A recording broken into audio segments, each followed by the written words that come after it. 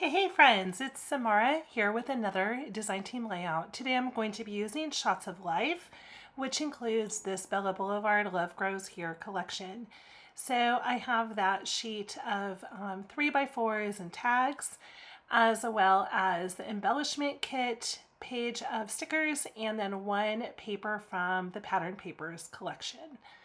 So I'm using these fun pictures that I took over this summer of my grandkids playing in the pool. And on this day, my granddaughter was so brave and jumped off the backside of the pool into the deep end.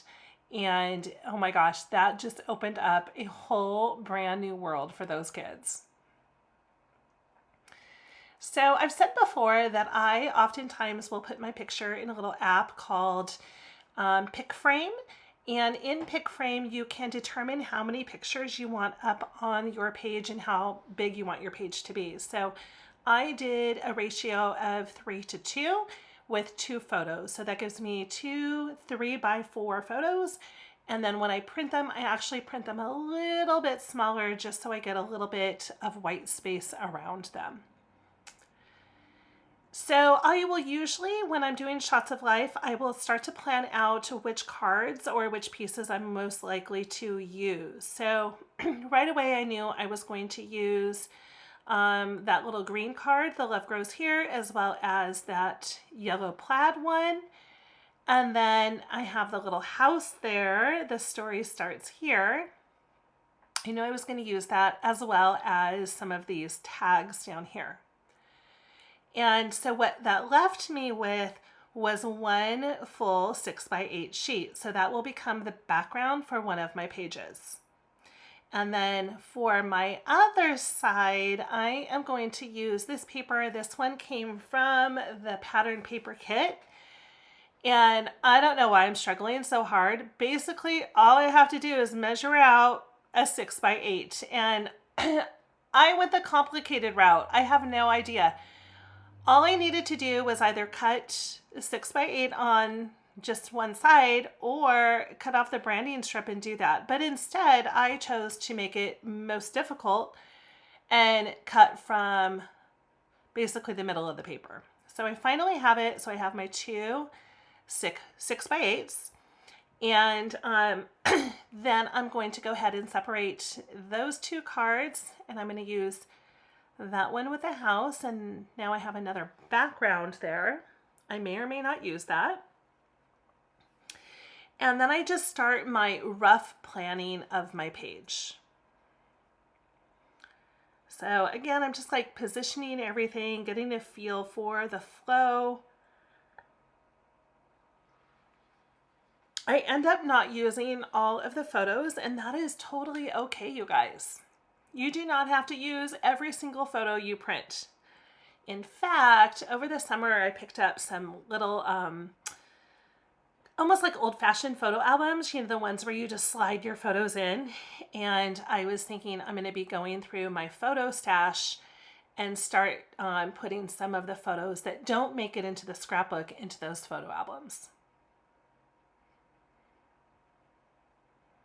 So just trimming out those tags.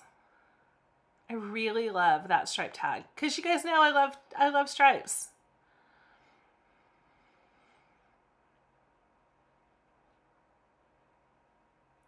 All right, so I'm looking at that background there and just, I'm like, ooh, I don't have to use that whole card.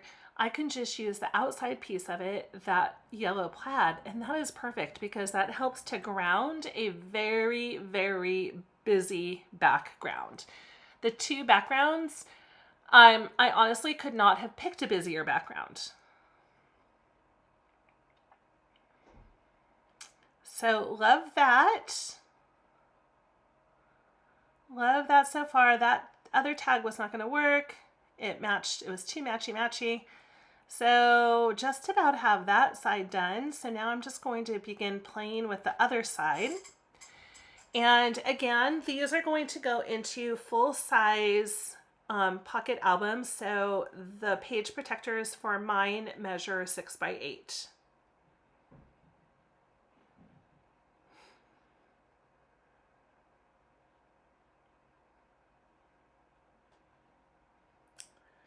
So this one side is coming together so easily. I'm just going to trim this card down just a little bit.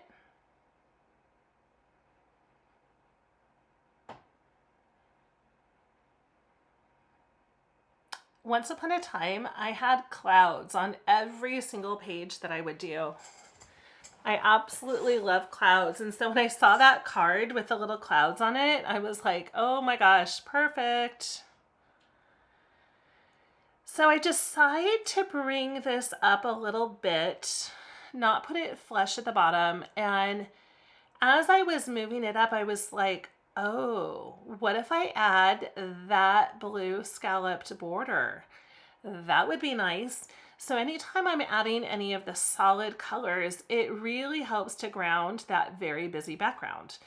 So I'm just going to go ahead and trim that out. I'll put the rest of it back on the sticker paper, and maybe I'll use it for another project. And then just sliding this card into place, and then the tag into place. So seriously, so fast and easy.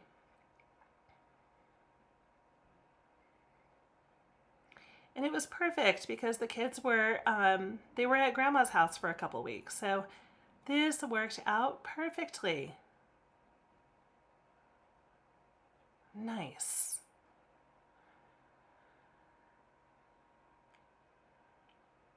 All right, so we're going to get started. Oh, I lied. We're going to add this. This was perfect. Family. I love those little rainbow colors. Now we're going to get started on the other side. So very similar to the other page, I'm just using this card just for the background. So have you tried that? It's a fun way to utilize your materials. And that's perfect. She's got those palms behind her as she is jumping in.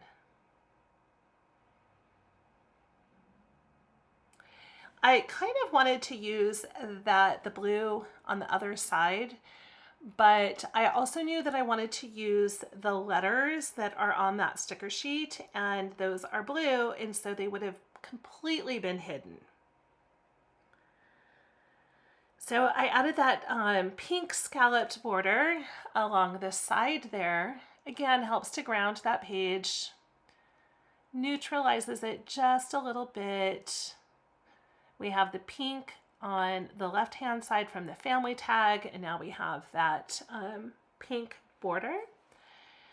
I'm grabbing some of the, what are those called? Puffy. Are those puffy or enamel shapes? Well, they're puffy and they're enamel, I suppose. And I'm just adding a couple here and there. I'll add a little tiny bit of foam tape behind my tag there just to pop it up at the top.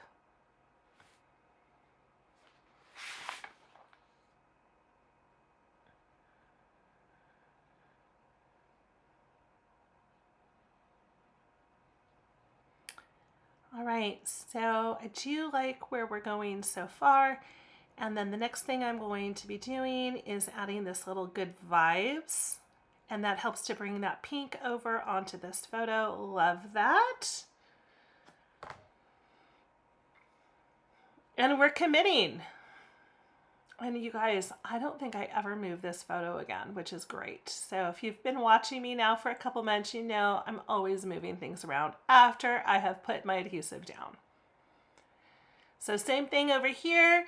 I am going to add a little bit of foam up to the top of the tag. You guys, I should have threaded my tags before I glued them down because I ended up cutting out, like, I'm not kidding, 15 minutes of footage because I fought with the twine. Like, we had a brawl. So I'm going to run through this. I'm going to create my title, Summer Days. And just using my little ruler for that.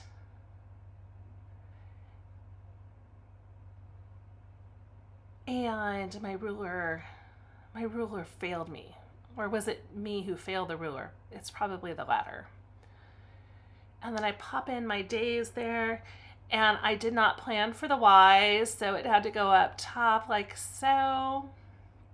It's okay, you guys. Again, nobody's looking at your layout as closely as you think they are. All right, so we have that heart. We're gonna just add another little tiny heart in there.